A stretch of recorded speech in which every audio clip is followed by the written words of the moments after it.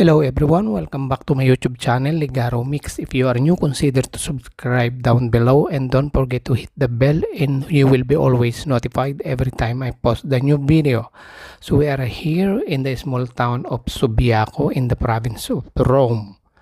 So let's walk together today and let's explore. Subiaco is a municipality in the metropolitan city of Rome in Lazio region, about 70 kilometers east of Rome.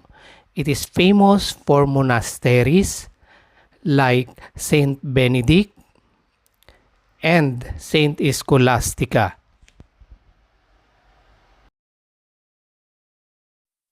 Subiaco derived from the Latin word subiacum. It means under the lagoons. Now I'm walking along towards the Saint Benedict. Now I'm here in front of the gate. Subiaco is the 20th orange flag in the region of Lazio in Rome. It is awarded by Italian Touring Club.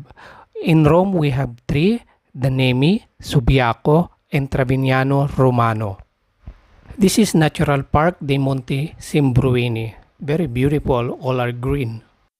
Orange flag means the prestigious ecotourism and quality seal recognizes small inland villages, typically under 15,000 residents, for their environmental and sustainability, historical preservation, and excellent traveler hospitality. Now we almost arrive at the main door of Saint Benedict Monastery. That is small stairs in front of us. Okay, let's get in and let's see in person the Saint Benedict Monastery. Let's get inside.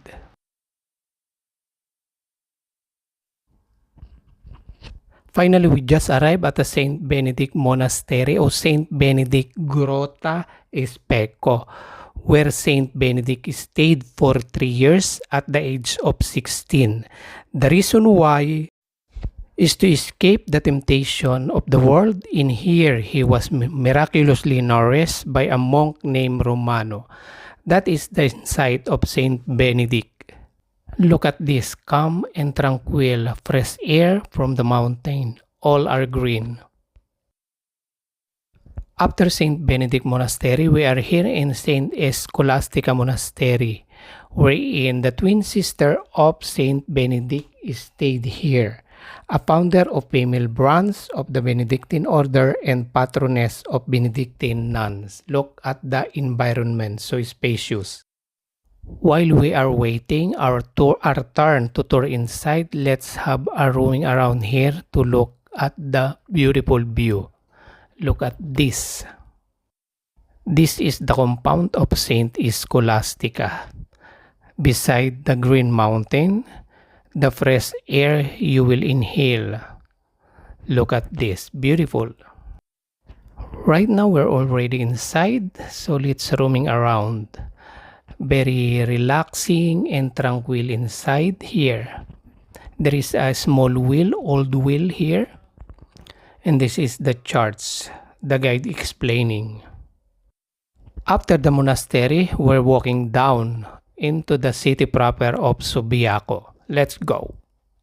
So I'm here in the elevated place. This is the city proper of Subiaco, that picture inside. That is Rocca dei Borgia. We're going there. I'm walking down along the street going the city proper of Subiaco because we were going up to the Rocca dei Borgia. Okay, let's go. This is the landmark of Subiaco beside the beautiful panoramic view. Let's close up the statue.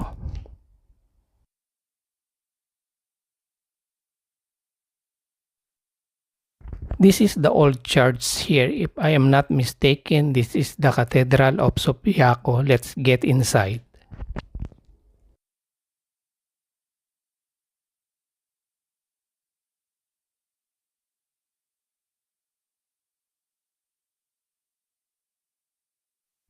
I'm walking up, going to Rocca dei Borgia. These narrowed stairs. Actually, this is the the way of the residential people here. Look at this, very old. I'm sure this is 100 years or 1,000 years ago. Look at the residential house. Okay, let's continue and explore this. I'm so excited to going up in this narrow stair. Look at this. The stairs or the street is very clean and well organized.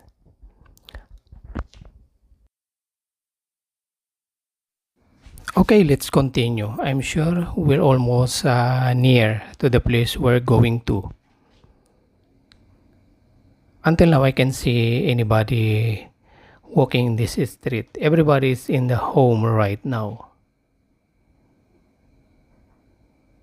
Look at the residential house. I'm sure this is 1,000 years ago. They built 1,000 years ago. Particularly this street or these stairs.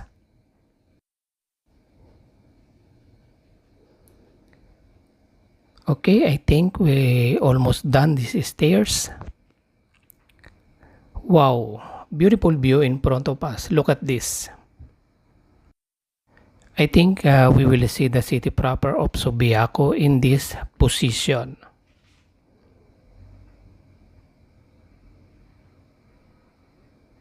Surrounded by mountain. Fresh air you will inhale here.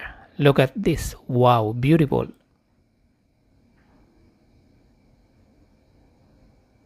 Okay, let's get out from this arc. Let's continue to walk. According to the person, the information, there is another stairs going up toward the square of Santa Maria de la Valle, where the gate going up to the Rocca di Borgia is close to there. Okay, let's continue. Actually exciting to go up in these stairs. Very clean. So because both side is covered by wall of the house, is not too hot. Okay, let's continue.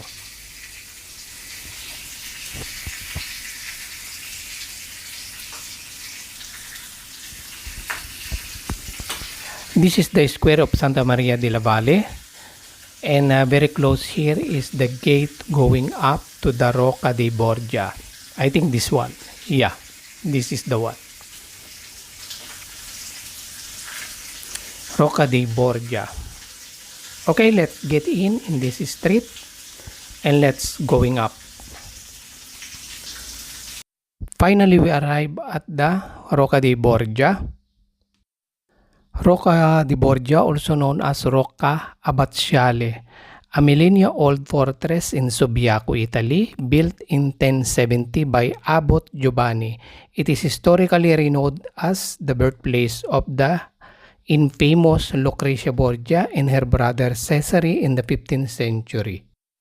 This is the fortress of Rocca di Borgia. Okay guys, thank you so much for watching. If you like the video, click thumbs up and write down your comment. Don't forget to subscribe. Thank you.